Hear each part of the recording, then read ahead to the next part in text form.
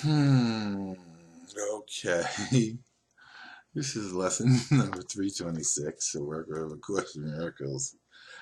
I am forever an effect of God.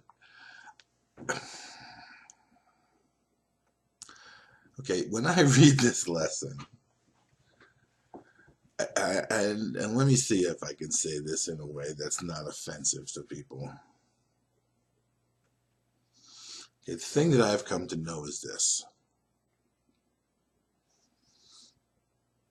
In order to have the experiences that allow you to come to know who you are, that allow you to heal your mind of the fear and the guilt that has kept us from recognizing the truth of who we are in creation, as God's Son, as forever an effect of God, necessitates that we allow ourselves to accept that we are forever an effect of God and not God. I know, and I don't know. See, when I look into my mind, when I look into my own heart and mind and my own experience, okay, I know for a fact that I have had an experience of the oneness of the Father and the oneness of the Son being revealed to me. Okay. I know that I have had several, if not many, revelatory experiences. Okay. There's never been one wherein which I thought I was God. Okay. I understand that I don't know how to say this, in the unity of our creative reality as the living Son of God, beyond concepts. The oneness that is experienced is not distinguishable in a sense. I don't know how to say it. There's not a distinctive, I don't know how to say it because I use some words. The personality of the person that we are, or what we are, let's say, is not distinct from the totality of creative reality. It is just not alone the totality of that reality, whereas God is that. Okay? There are many lessons I choose to second place to gain the first that necessitate a stepping back to allow the greater to be caught up to in your mind, because we're so busy trying to lead our own way, thinking that there's something that we're supposed to do to prove something to someone. But that's just the ego attempting to prove to you its reality and distract you from the stepping back and the allowance for everything to catch up with you to see who you are in the totality of it all. Okay, I don't know if that makes any sense. Father, I was created in your mind. Okay, that's true. I don't know the nature of the revelatory experiences that many of you had had. I can say this about mine. In the experience, there is a certainty of being created whole and perfect, eternal and infinite. Now, those words are not in there, but those words apply to the experience, whether I'm in it or not. Okay, let's put it that way. Okay.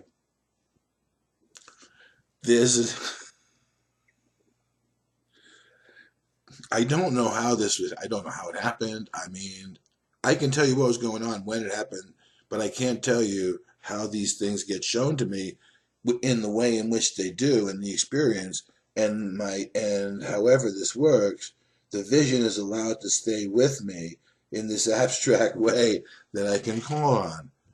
But each and every one of you, when you allow yourself, for whatever the reason, whatever the trigger is that you necessitate within your own human experience, to allow you to be triggered enough not to resist the eternal attraction and pull of reality. Okay, I don't know what that is. For me, it was one thing. It was desperation. It was drug addiction. It was whatever it was. Now, I know in the sense that when that moment comes for you, your mind will be positioned in such a way so as you will have the experience as well. But I don't know what you need in your particular sojourn to have that moment triggered in you. It definitely will be one of surrendering for some reason beyond your control, because you have no control over it, you know not what to do. Now, in that moment that allowed me restored, and you cannot do this alone, you will obviously join with something to allow you to do that, because separation is the nature of the condition of space and time. It is not the condition of reality where you're joined with all your brothers. Conceptually or not, I don't really care. Okay. In the moment when you experience your own creation in reality, you will see that you are a thought in God's mind, and you are not the mind of God thinking, yet the creation of you is you're created with the totality of the reality of the Father. So therefore you can create like him, you just can't create him. Now conceptually none of this means anything. I'm going to tell you this, and I'm going to say this definitively. If you want to think you are God, the arrogance of that thinking will never allow you to have the experience of forgiveness and reality that end the fear and the guilt that come with the arrogance of your need to make that proclamation. Okay, that's all I can say. Now, beyond this world, when we are all in reality, the discussion about who's God and who's not God does not occur. Yet it is but it is the discussion here. And the willingness to entertain the idea that you may be God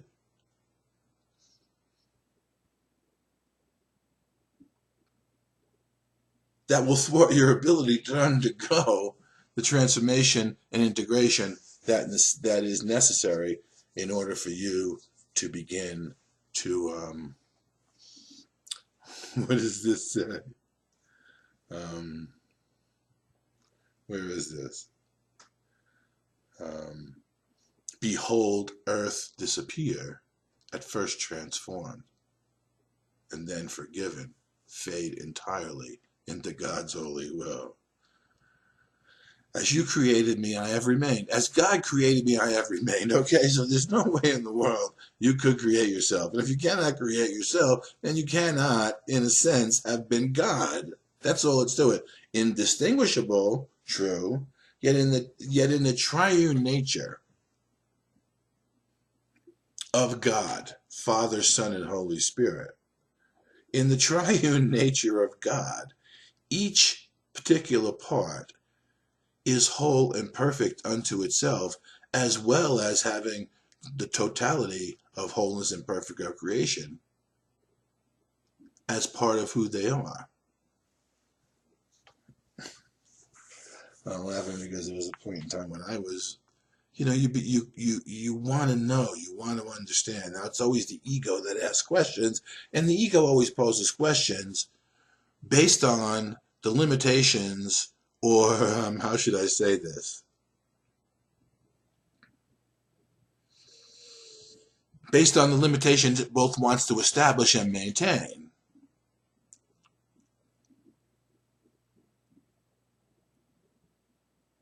as the confines of your thinking.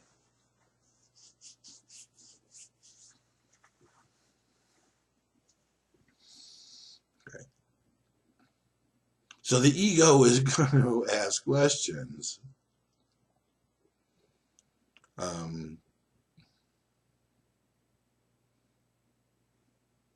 As you have created me, I have remained. Where you establish me, I still abide. And all your attributes abide in me, because it is your will to have a son so like his cause, that cause and its effect are indistinguishable. Okay?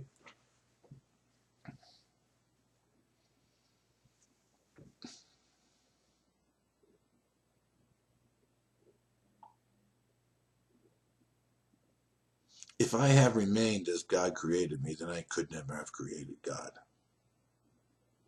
That is, in a sense, the humility.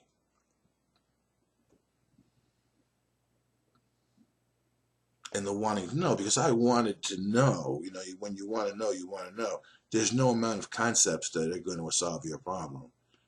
Yet in the desire to know and the unwillingness to impose upon yourself a conceptual human answer, okay, there is a way in which your mind can be opened up and you can be shown and know for sure and be certain in that showing. At one point in time, and I never know how this stuff happens, but it does happen through the third eye, which is, you know, we go back to the beginning. Man closed his own spiritual eye to light, and it's necessary that by his own decision, he open it back up to light, because in light all can be seen. And what you will see in light is everything that you free yourself from not seeing, based on the limitations of fear and guilt that you want to maintain. At some point in time, the maintenance of any fear and guilt becomes ridiculous. I do know that it becomes institutionalized in religions. Otherwise, you wouldn't need the religion, of course.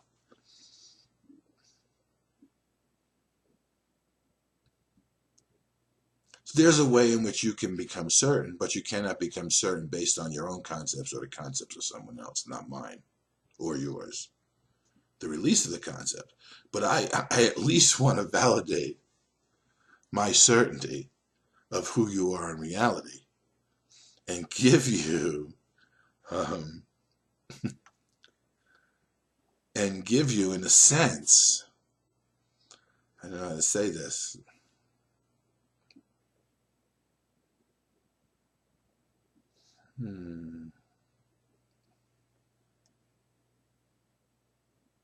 the security, give you this sense of the security.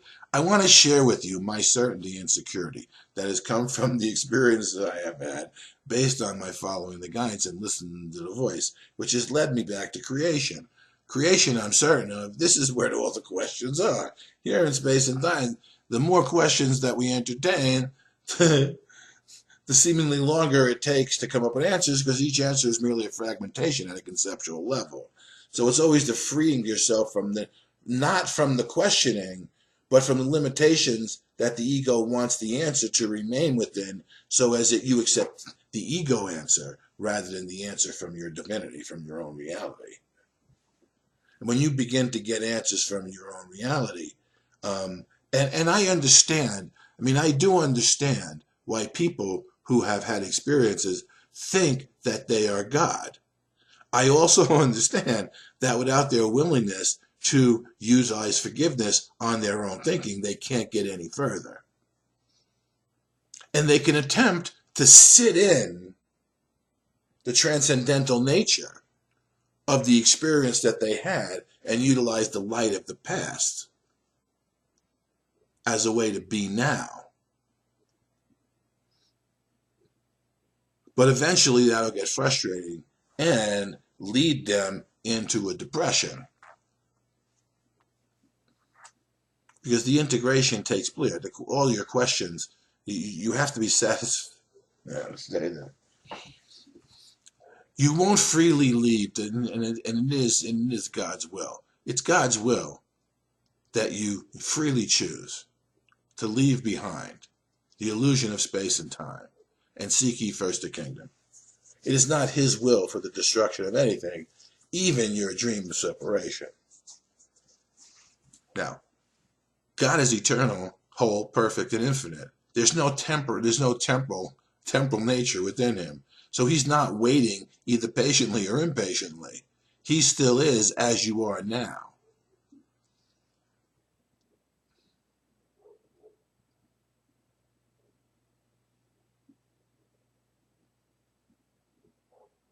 The patience comes in not being willing to accept temporal answers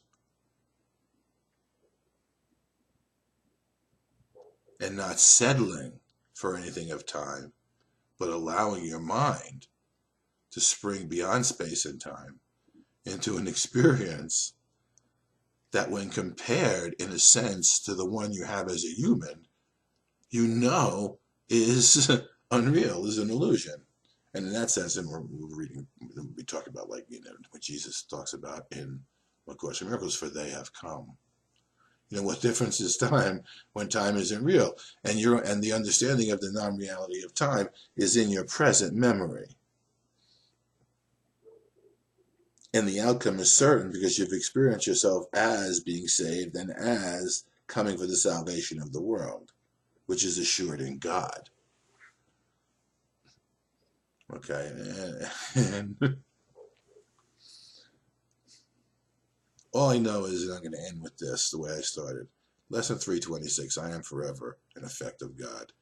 I choose the second place to gain the first. Please, whatever happens after this, what's beyond space and time, there's no one anyone here, even myself, who can really tell you, because we don't get to stay there. Because I don't, in a sense, the glimpses that we get and the postulations that we make, the glimpses that we get are true. The postulations that we make may be valid, but they're not true because none of our concepts are real. Okay? I'm telling you, beyond the shadow of a doubt, that in order to have your mind and heart healed, in a way in which allows us to behold the earth disappear, at first transformed and then forgiven entirely, is through forgiveness. Okay? Forgiveness necessitates we take the second place to gain the first. The forgiveness necessitates that we step back to allow something to dawn on us that is not of us. It's an escape from our littleness into the magnitude, but the magnitude is always of God, who created you as an effect to share that magnitude with. And in the awe of the experience is the joy of God sharing. And if you are God, God has no one to share with, nor would you. And that's Jesus's attempt, that it's in the Course, to show you how, if you think that way, creation does not extend. My assurance to you is creation does extend, because while you are indistinguishable, in a sense, to God, God only gives to you, you receive and give as God has given, and extend creation, because you are not God and you are God sharing. This is the way I used to try to say it. You are not God, but you are not God creating. In other words, you are God creating, but you're not God. You're God creating. And God created.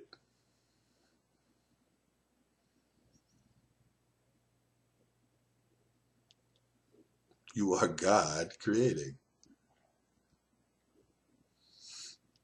The action of God's mind in the extension of who he is what your creation is.